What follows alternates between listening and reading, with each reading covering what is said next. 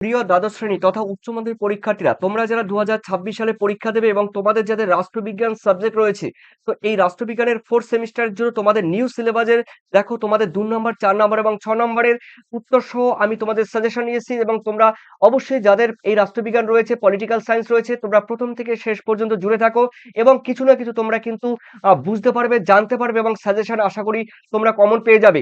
তো দেখো তোমাদের রাষ্ট্রবিজ্ঞান রয়েছে 4th সেমিস্টার, আর এই সাজেশন এবং আনসার গুলো তোমরা একবার দেখে নাও। তোমাদের দেখো এর আগে কিন্তু আমি যে ভিডিওগুলো দিয়েছি অবশ্যই তোমাদের কিন্তু প্রথম অধ্যায় থেকে কিন্তু তোমাদের ভিডিও দিয়েছি, তোমাদের সাজেশন দিয়েছি। তো দ্বিতীয় অধ্যায়ের মধ্যে রয়েছে প্রধান আঞ্চলিক সংস্থা সমূহ। দেখো, তো অবশ্যই দেখো তোমাদের রয়েছে মার্ক টু তে।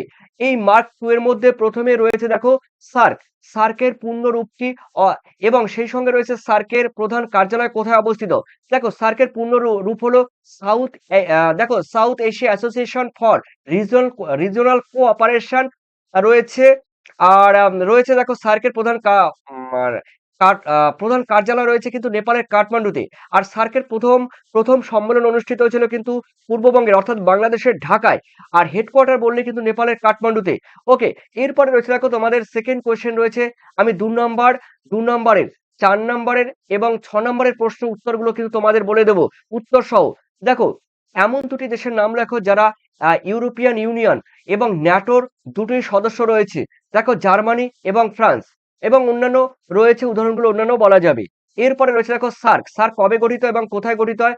দেখো 1985 সালে। আর অবশ্যই বাংলাদেশের ঢাকায় প্রথম অনুষ্ঠিত হয়, প্রথমেই বলেছিলাম। তারপরে আসিয়ান, আসিয়ানের পূর্ণরূপ কি? আসিয়ান কত সালে কোথায় গঠিত হয়? এরপরে রয়েছে দেখো তোমাদের ইউরোপীয় ইউনিয়নের প্রতিষ্ঠার উদ্দেশ্য কি ছিল?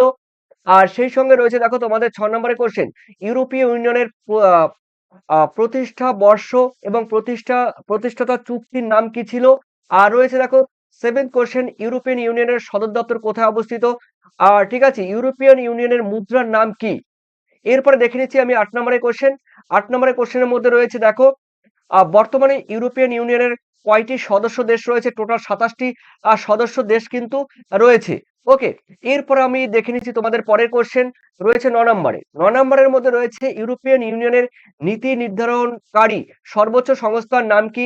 দেখো ইউরোপিয়ান, দেখো কাউন্সিল। ওকে, এরপরে রয়েছে দেখো তোমাদের ইউরোপীয় কমিশনের ভূমিকা কি ছিল? দেখো ভূমিকা লিখে দিয়েছি।